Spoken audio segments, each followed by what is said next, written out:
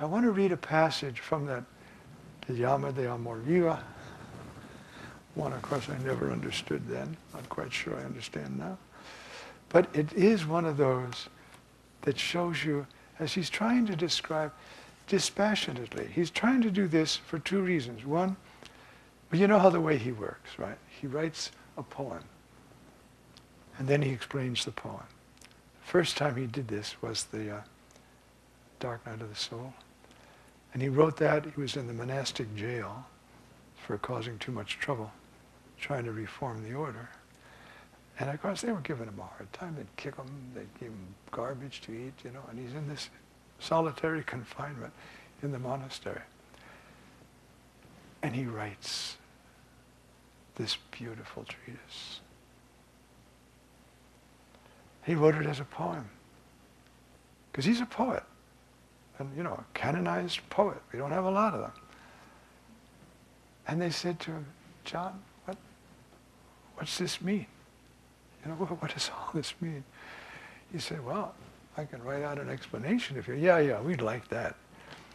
And so he did, and that was the style he got of the way he wrote.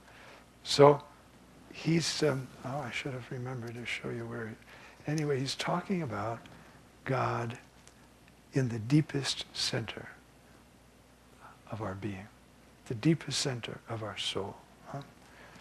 This feast between God and the person, you see, takes place in the substance of the soul, where neither the center of the senses nor the devil can reach. That's that place where only God can go.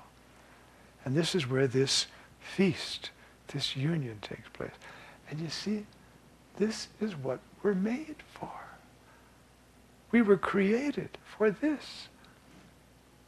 Now we live it wherever we live it. And that's wonderful. But this is what we're made for. So he goes on to say, like, you see, like the deepest center of a stone is the very middle of the earth. Because stones always head toward the middle of the earth. That's what gravity is all about, right? They don't get there because there's a bunch of stuff in between, but, you know, God is the pole of gravity. He's pulling us with a love that goes beyond anything we can imagine. So he says this, as he's describing this, as God does these things, and he's beautiful about this. You know, look, God is doing this. I have to let God do it, but God is doing it. And there's lots of suffering, and it's a mess and so forth.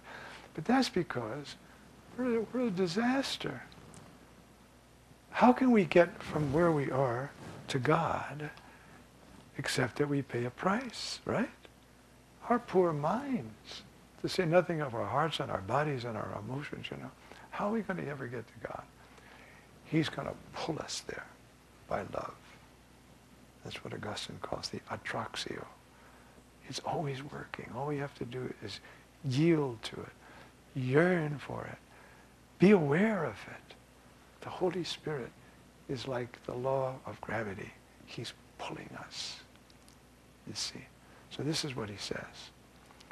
And it should not be held as incredible in a soul now examined, purged, and tried in the fire of tribulations, trials, and many kinds of temptations, and found faithful in love, that the promise of the Son of God be fulfilled,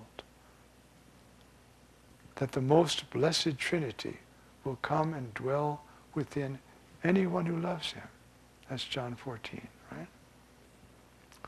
The blessed Trinity inhabits the soul by divinely illuminating its intellect with the wisdom of the Son, delighting its will in the Holy Spirit, and by absorbing it powerfully and mightily in the delightful embrace of the Father's sweetness. That's what it's all about. So if we get sick, if we get disappointed, if we, there's a purpose for it. to wean us from being so stupid we think our happiness is in steak, or I don't know what. I mean, but we're so messed up, and our culture is so messed up, and they've messed us up, that to get us from A to B, gonna cost. But every step of the way sanctifies thousands of people. We're not in this on our own. We won't meet them till we get to heaven, but if we just let that attraction, never give up, never say, that's enough. Isn't that exciting? So as I say, when I go back, oh gosh, that was 1950. And I think of myself reading this. But at least I was bright enough to know I couldn't understand hardly a word of it. But I did understand that that's what life is all about.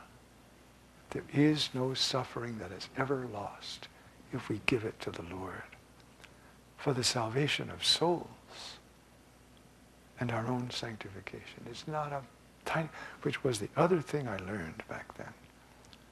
I didn't know much about the Trinity, the incarnation of the Eucharist, but there was one thing I knew, that every suffering I gave to the Lord would be salvific. That I knew. And I might have been my friend John. I mean, I think he must have adopted me when he saw the novice master giving me the culmination of all his mystical writings to read. He must have said, I better help this guy out.